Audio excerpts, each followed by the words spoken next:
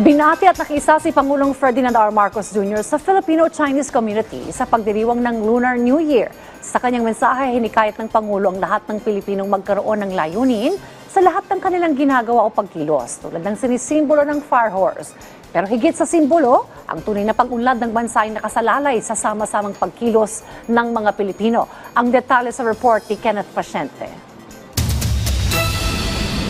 Kumilos ng may layunin. Yan ang mensahe ni Pangulong Ferdinand R. Marcos Jr. sa kanyang pakikiisa sa pagsalubong ng Year of the Fire Horse ngayong Lunar New Year. Ayon sa Pangulo, ang Fire Horse ay sumasagisag sa pagkilos, tapang at tuloy-tuloy na pag-usad, habang ang elemento ng apoy naman ay nagpapahiwatig anya ng sigla at determinasyong hindi natitinag sa karaniwang takbo ng mga bagay. Ngunit binigyang diin niya na higit sa mga simbolo, ang tunay na pag-unlad ng bansa ay nakasalalay sa sama-samang pagkilos ng mga Pilipino. Anya, umaasenso ang bayan kapag ang mga mamamayan ay masipag na nagtatrabaho, kapag ang mga pamilya ay maingat at matalino sa paggastos ng kanilang kinikita, at kapag ang pamahalaan at mga industriya ay patuloy na naghahatid ng serbisyong may integridad, may maayos na desisyon at may disiplinang nagbubunga ng pangmatagalang paglago. Dagdag ng Pangulo na para sa marami, ang Lunar New Year ay hindi lamang pagdiriwang kundi panahon ng pagbabago at pagtatakda ng mga layunin.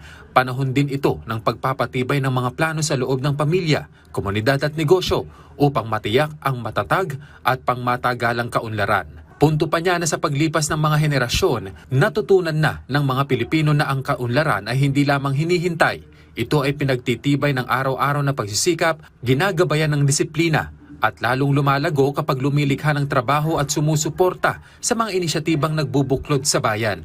Hinimok niya ang lahat na kumilos ng mabilis kapag kinakailangan at mahinahon kapag mahalaga.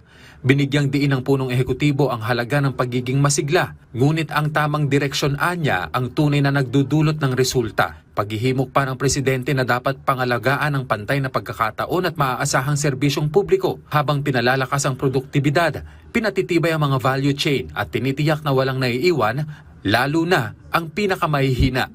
At kung mananatili na matatag ang landas at mataas ang pamantayan, maisusulong anya ang isang mas maunlad, mas maliksi at mas pinalakas na bansa. Kenneth Pasyente, para sa Pambansang TV, sa Bagong Pilipinas.